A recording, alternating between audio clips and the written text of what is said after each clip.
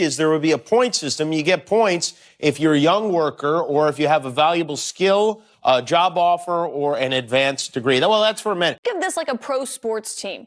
If you want your team to win the championship, you need to recruit top talent wherever they may be. The whole comedy scene has become this bizarre echo chamber where everyone's just recycling the same tired Trump jokes like they're groundbreaking material. It's getting exhausting watching these late night hosts and comedians pat themselves on the back for making the millionth orange skin joke or mocking the same speech patterns we've been hearing about since 2015. Remember when political comedy actually had teeth? When it wasn't just about scoring easy points with an audience that's already convinced. The state of political satire these days is pretty much just preaching to the choir, and the choir's getting bored. The holiday feud between factions of Trump's MAGA base over H-1B visas came to a head over the weekend, with the president-elect coming out in support of the program that allows the brightest foreign workers, many of them engineers and computer scientists, to live and work in the U.S. We're stuck in this weird loop where comedians think they're being edgy and rebellious, but they're really just saying exactly what their audience expects to hear. What's even more frustrating is how this lazy approach to political comedy is actually making everything worse. Instead of using humor to bridge divides or make people think differently about issues, it's just reinforcing the same old tribal lines. The real kicker is that while everyone's busy congratulating themselves for these supposedly brave takedowns, they're missing the bigger picture of how our political system is falling apart. The entertainment industry's turned political comedy into this sanitized, corporate-approved form of resistance that doesn't actually resist anything. It's like watching a nature documentary where the predator and prey agreed on the script beforehand. Sure, you might get some laughs, but what's the point if nothing changes? Says his plan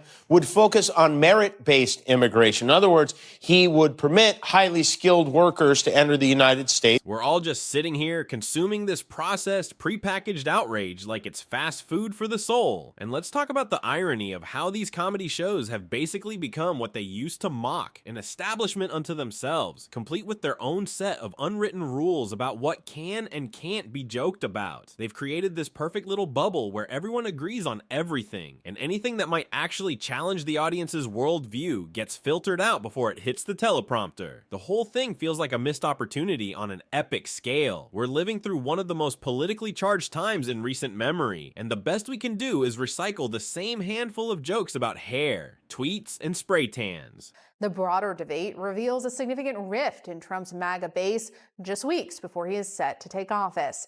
CNN's Brian Todd has more.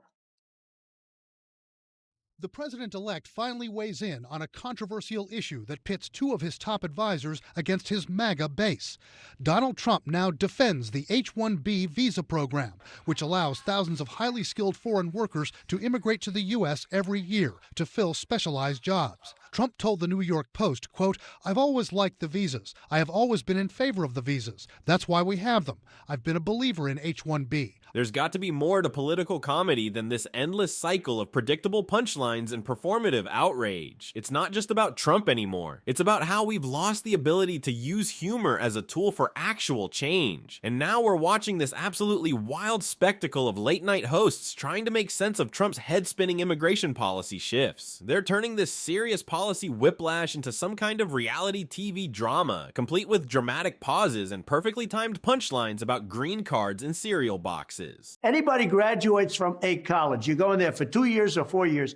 If you graduate or you get a doctorate degree from a college, you should be able to stay in this country. The latest comedy gold mine is this Build America visa plan, which feels like it was drafted on the back of a napkin during a fever dream. We've got Trump, the same guy who built his entire brand on Build the Wall, suddenly rolling out the red carpet for college graduates like he's hosting a job fair. The comedians are having a field day with this one, but they're missing the deeper absurdity of how this proposal completely contradicts everything he's been saying for years. Remember when he was railing against immigrants as the source of all America's problems? Now he's doing this bizarre pivot where suddenly he wants to hand out green cards with diplomas like they're party favors. The late night hosts are cracking jokes about underwater basket weaving degrees and macaroni art, but they're barely scratching the surface of how fundamentally nonsensical this whole situation is. He wants to replace green cards with what he calls a Build America visa, otherwise known as Mexican Express. And the real kicker is how this merit-based immigration system is being portrayed. The comedians are so busy making quips about Trump's flip-flopping that they're not really digging into how his actual policies during his presidency made it harder for skilled workers to enter the country. Elon actually compared his immigration plan to building a championship sports team. He said to win, you need top talent wherever they may be. It's like watching a bunch of people laugh at someone playing red light, green light while missing the fact that the traffic signals are completely broken. And let's talk about how the media coverage of all this has turned into this weird hybrid of political commentary and entertainment programming. Think of this like a pro sports team. If you want your team to win the championship, you need to recruit top talent wherever they may be. The serious policy implications are getting lost in a sea of quick jokes and viral clips. We're treating major policy shifts like plot twists in a reality show, complete with dramatic music cues and perfectly timed commercial breaks. Maybe He later added, I'm referring to bringing in, via legal immigration, the top 0.1% of engineering talent. It's time to admit that laughing at the same jokes over and over isn't going to fix anything. We need comedy that actually engages with the mind-bending contradictions and real-world implications of these policy gymnastics, not just surface-level quips about Trump's latest verbal stumbles, but instead we're stuck in this endless cycle of predictable punchlines and manufactured outrage, while the actual issues get buried under layers of entertainment-friendly packaging. Here's what he said online. A culture that celebrates the prom queen over the math Olympiad champ, or the jock over the valedictorian. We're witnessing an interesting shift in immigration policy discussions, particularly from former President Trump. Just when everyone thought they understood his stance, he's introduced a surprising new proposal suggesting that college graduates should have a path to stay in the United States. Specifically, he's proposing that anyone completing a 2-year degree, 4-year degree, or doctorate should have opportunities to remain in the country. Said that he once had this kind of visa, and he's arguing that Silicon Valley is facing a shortage of excellent engineering talent, as he This marks a notable evolution in Trump's immigration approach, creating quite a stir among his base supporters. Picture this, the same crowd that enthusiastically supported restrictive immigration policies is now grappling with proposals that favor educated immigrants. It's creating an amusing paradox where some supporters are jokingly considering studying advanced mathematics to keep pace with potential new immigrants. There would be a point system. You get points if you're a young worker or if you have a valuable skill, a job offer, or an advanced degree. Well, that's for men. The reaction from his traditional support base has been particularly fascinating. Instead of the usual enthusiastic response, there's a noticeable hesitation.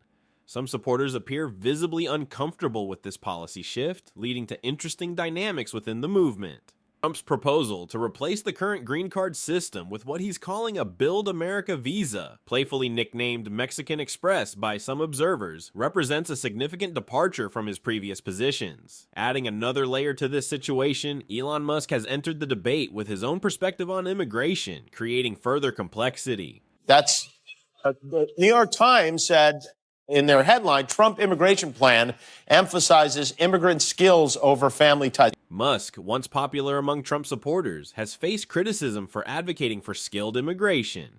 facing major blowback from their own supporters for not only backing, but encouraging offering more visas to highly skilled foreign workers. He drew an interesting parallel to sports, suggesting that like a championship team, America should recruit the best talent regardless of origin. Specifically, he's advocating for attracting the top 0.1% of engineering talent through legal immigration channels. This has created an unexpected scenario where traditional allies are finding themselves on opposite sides of the immigration debate. Vivek Ramaswamy has also joined the conversation, adding his unique perspective to this increasingly complex discussion. The entire situation highlights how immigration policy discussions have evolved, creating unexpected alliances and oppositions. These are earned benefits.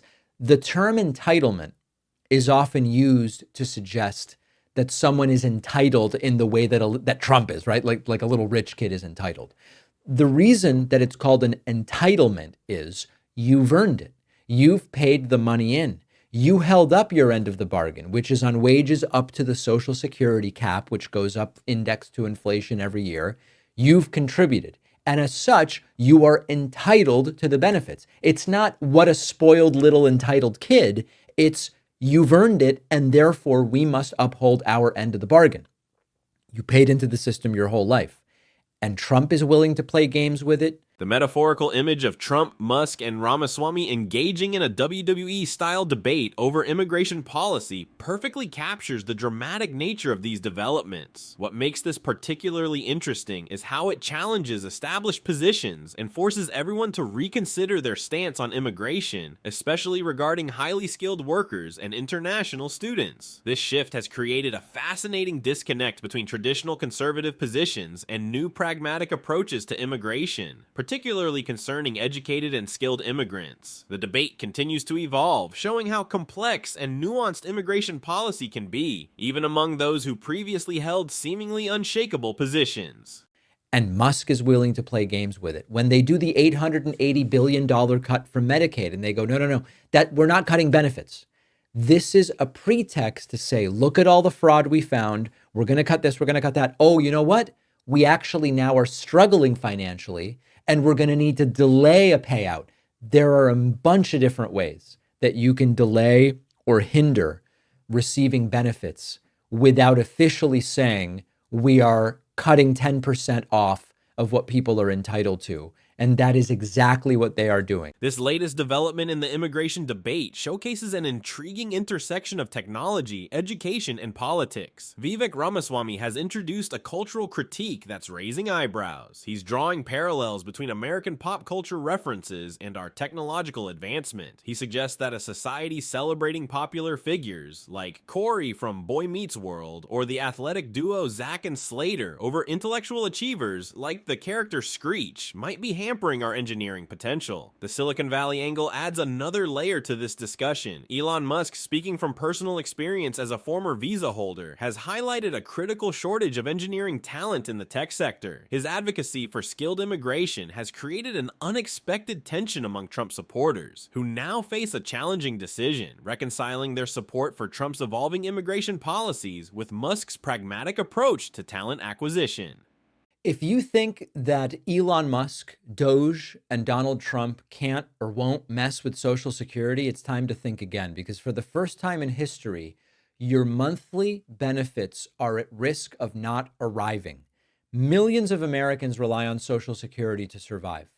Thanks to Trump and his billionaire buddy Elon Musk, there is now a real risk that those payments could be interrupted.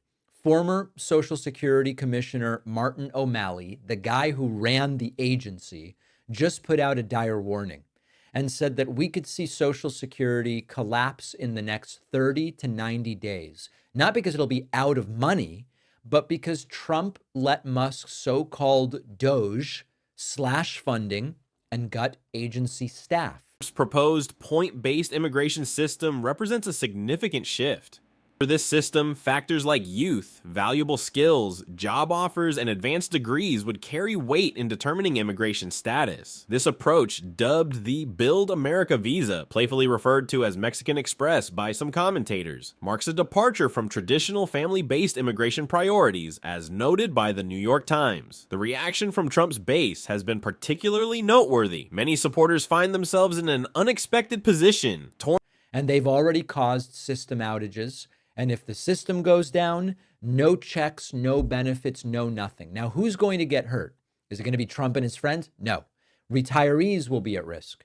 Disabled Americans will be at risk. People who have lost a spouse and now get survivor benefits are going to be at risk.